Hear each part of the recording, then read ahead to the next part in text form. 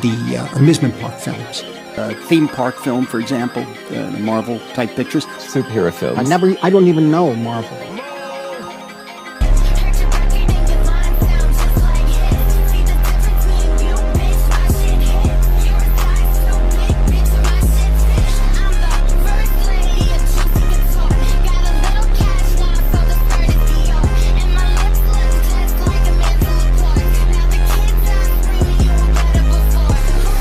Doesn't mean it's not entertaining, right?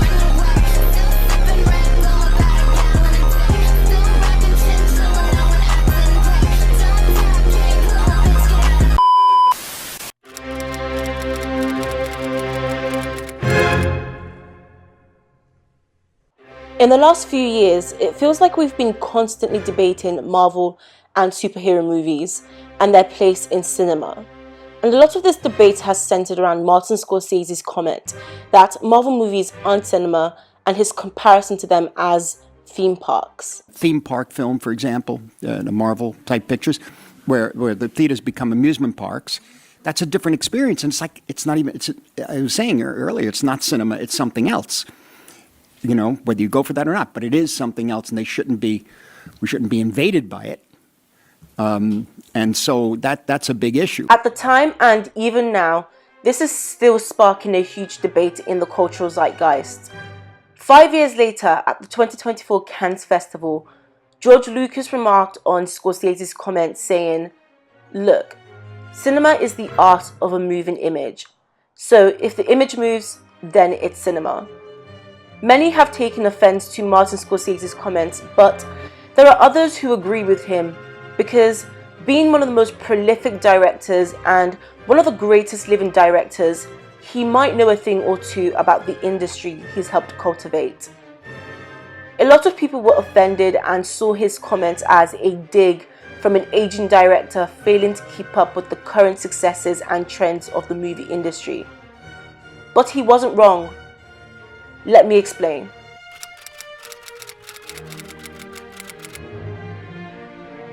In 2024, we're probably all fed up with what has become standard. Everything is either a remake, franchise, sequel, prequel, spin-off, reboot, or adaptation of a once beloved movie or TV show. The movie industry has become a never-ending pit of recycled films that has killed the expectations of creativity and a unique story being told, and cinema itself. During an interview with Brut at the 2024 Cannes Festival, George Lucas stated, "Nobody knows what to do. The stories they're telling are just old movies." He further went on to state, "It's not just in movies, but in everything. There's almost no original thinking." But he is also the guy who sold his production company to Disney, giving them access to attempt to destroy the legacy of Star Wars. Since the inception of Phase 1 of the MCU with Iron Man in 2008, superhero movies only continue to grow and become a cultural reset for cinema. For some, it felt good to have something that was once considered nerdy be so mainstream. You could talk about Iron Man and Captain America with just about anyone on the street. For others, they just enjoyed a good movie. And the MCU and superhero movies were good in the beginning until it became oversaturated and every studio decided to try and make their own superhero movies and cash in from the success of Marvel. We didn't just have one cinematic universe of a superhero, we had multiple from different studios using the same formula to make different movies of the same stories. It got to the point that the entire internet is convinced that the cast of Madam Web thought they were in an MCU movie, not a Sony movie. I have always really loved Marvel movies. As a result of this cycle, we lost a lot of genres of movies that no longer had a place in the current movie industry. The surge in superhero movies, in addition to streaming, changed cinema.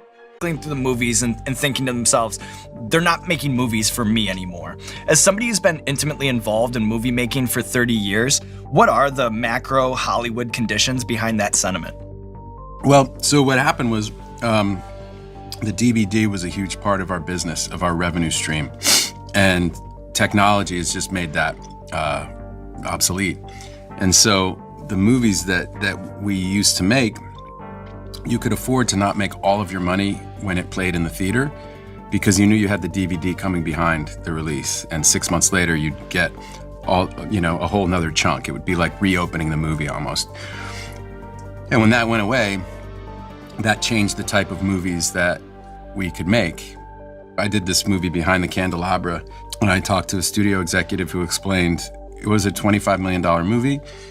I would have to put that much into print and advertising, right, to market it, what we call P&A. So I'd have to put that in P&A. So now I'm in $50 million. I have to split everything I get with the exhibitor, right, the people who own the movie theaters. So I would have to make $100 million before I got into profit. And the idea of making $100 million on a story about like this love affair between these two people, yeah, I love everyone in the movie, but that's suddenly a massive gamble in a way that it wasn't in the 1990s when they were making all those kind of movies, the kind of movies that I loved and the kind of movies that were my bread and butter. Cinema was no longer a weekly or even monthly occurrence. It was now purely for big blockbuster movies such as superhero movies. Movies that warranted going to the cinema when it had become the norm to turn on one of the many streaming services we have at home to spend the entirety of the movie scrolling through social media. Whatever happened to the rom-com, superhero movies and streaming services happened. This meant no more Hugh Grant and Matthew McConaughey making women swoon. No more Julia Roberts monologues. I'm also just a girl standing in front of a boy, asking him to love her.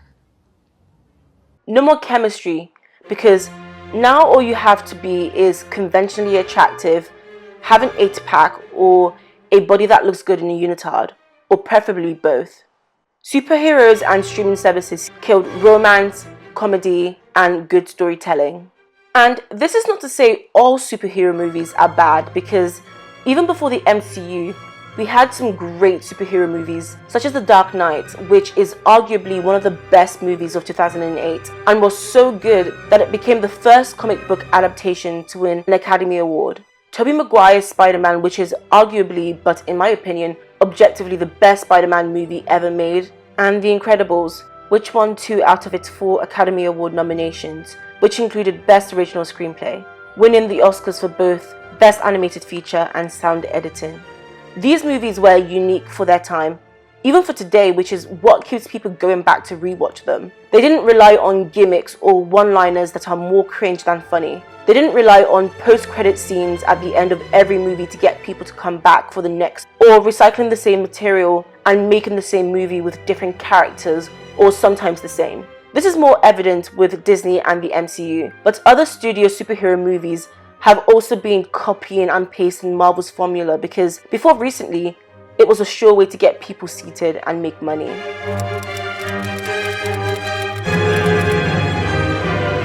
A significant element that seems to go over people's heads when discussing how Marvel movies are essentially like theme parks is that they're literally created to be spectacles. The creativity and art aspect of superhero movies comes secondary to the blockbuster nature of them. And that would be fine if it wasn't all that was being made now, or at least until very recently.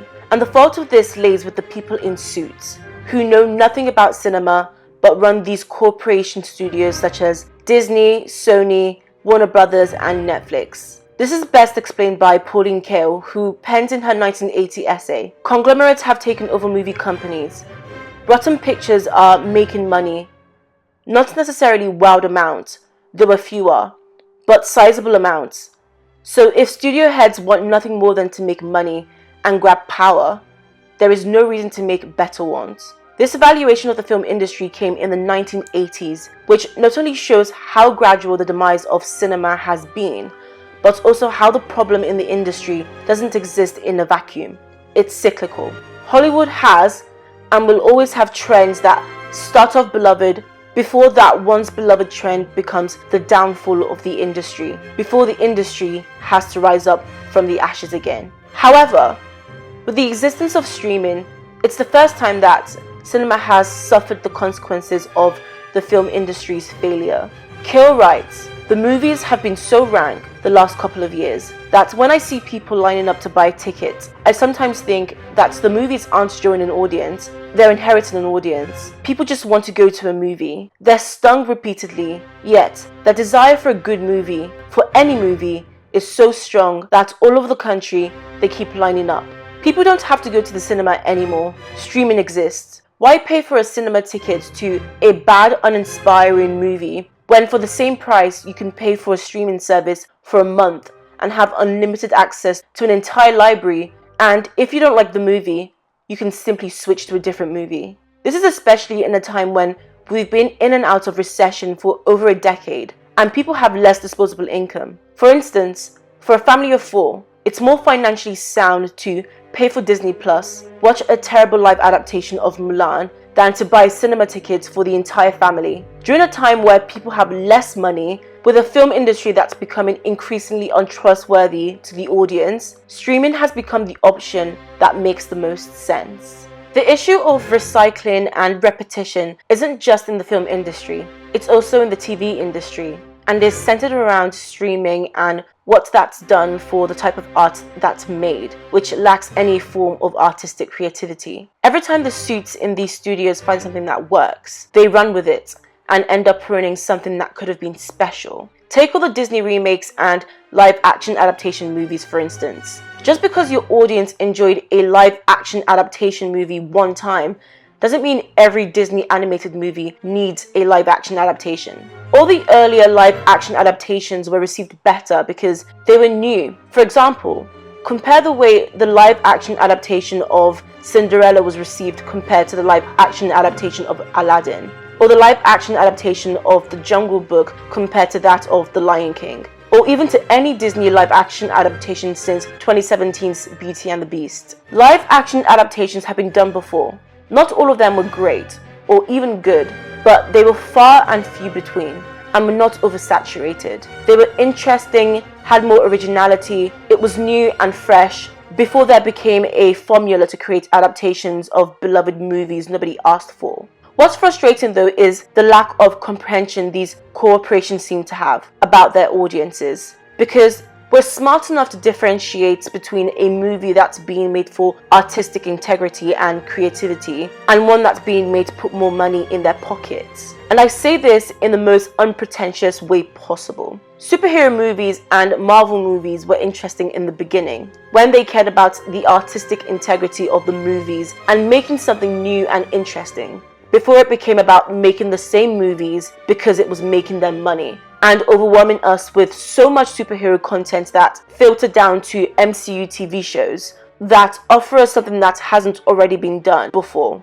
but with clunky writing that sounds like they were written by ChatGPT, which it very well may have been with the direction Hollywood has been heading. At best, questionable CGI, which I can only blame on the fact that their VFX artists are under so much pressure from the sheer amount of shows Marvel is making, and just plain boring.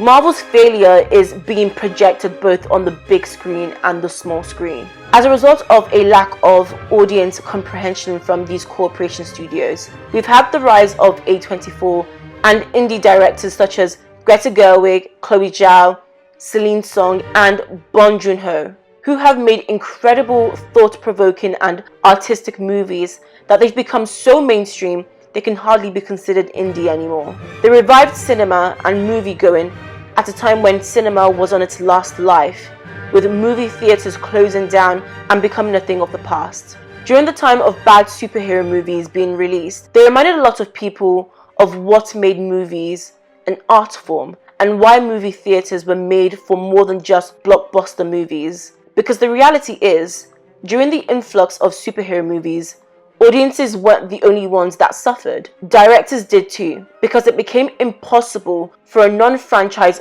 blockbuster director to compete against blockbuster movies that have big corporate studios behind them.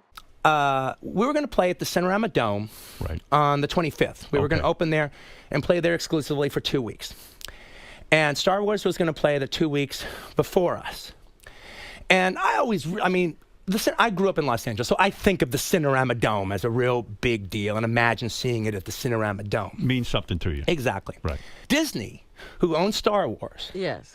decided, well, you know what? Maybe we want to play throughout the entire holiday season. And not, so we're going to go to the Cinerama Dome and say that they can't honor their contract with us to show The Hateful Eight. And the ArcLight people that own the Cinerama Dome said, no, you can't do that. We have a deal with the Hateful Eight people, and showing it in 70, that's what we do. We have the 70mm projectors. They didn't have to move them in. That's the thing. We even start off with the Cinerama logo at the beginning. As of yesterday, Disney came to the ArcLight people and said, no. Wow. You are going to play Star Wars in the Cinerama Dome for the entire holiday season. And if you honor your deal with the Hateful Eight, we will not allow you to have Star Wars, the biggest movie in the world. We will not allow you to show it at any of your ArcLight movie theaters. Even established, successful directors like Quentin Tarantino are struggling against the big money of corporations, because to the studios, making money is their purpose. Which brings me to this. Just because a movie makes a lot of money doesn't mean it's good. This has been a point of discussion that some Marvel fans refuse to understand, and some movie fans fail to understand when it comes to award season. Just because a movie made $1 billion at the box office doesn't mean it deserves to be nominated for an Oscar. This doesn't mean you can't enjoy those movies, because they could never make me hate Twilight. But do I really think because I like it and it was a box office hit, that makes it objectively a good movie? No. Movies don't always have to be good, but at the very least they have to be interesting. They have to offer something to their audiences, and we just don't seem to have that anymore. Or we didn't until recently.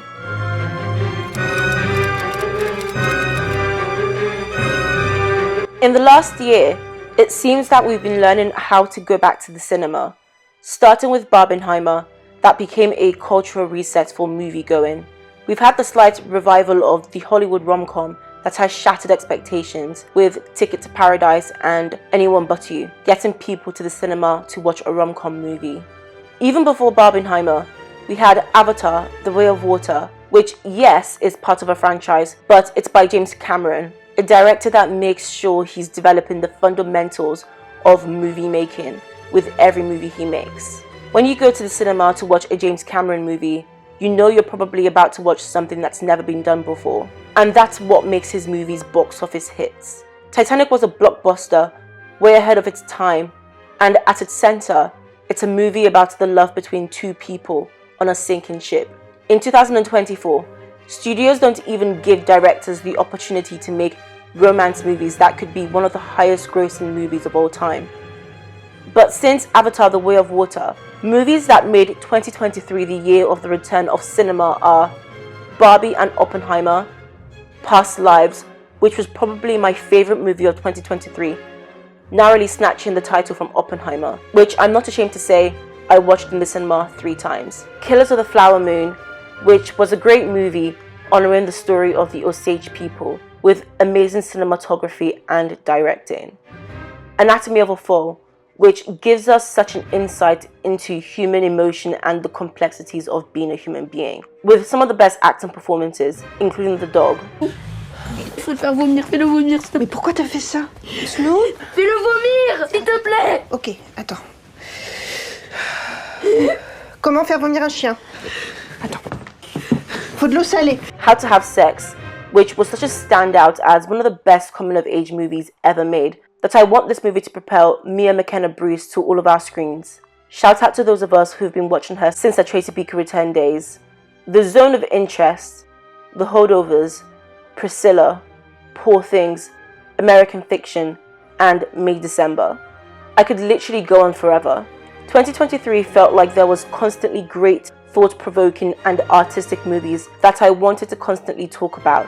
Even in 2024, Dune 2 has solidified itself by being arguably the best sci-fi movie ever made. Yes, it's a franchise and an adaptation of a book, but everything it did well. The cinematography was phenomenal.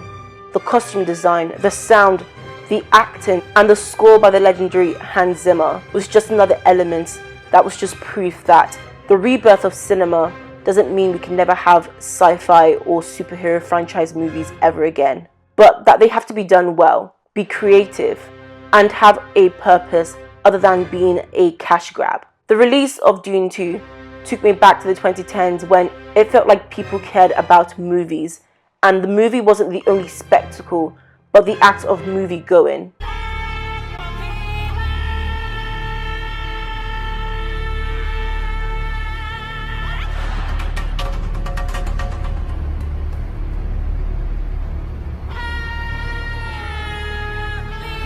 Denis Villeneuve, who might just be the best sci-fi director of this generation, made a movie that you can tell was made with interest and passion. You can tell he understands what he's making.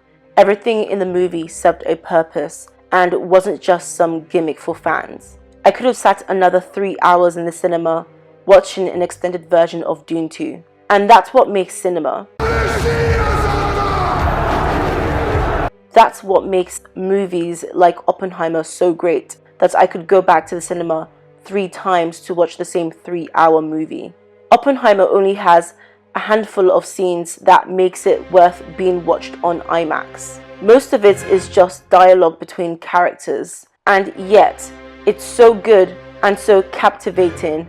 It's what cinema should be. In the words of Martin Scorsese himself, cinema should be about revelation, aesthetic, emotional, and spiritual revelation.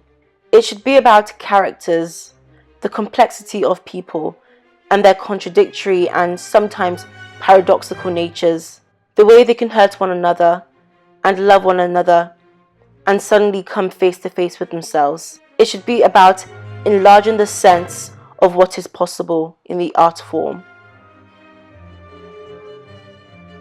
I'm so glad to be back on YouTube again, and I really enjoyed researching and making this video, so hopefully this will inspire me to keep making more YouTube videos and to be consistent. So if you enjoyed this video, please don't forget to like, comment and subscribe, and maybe give it a share.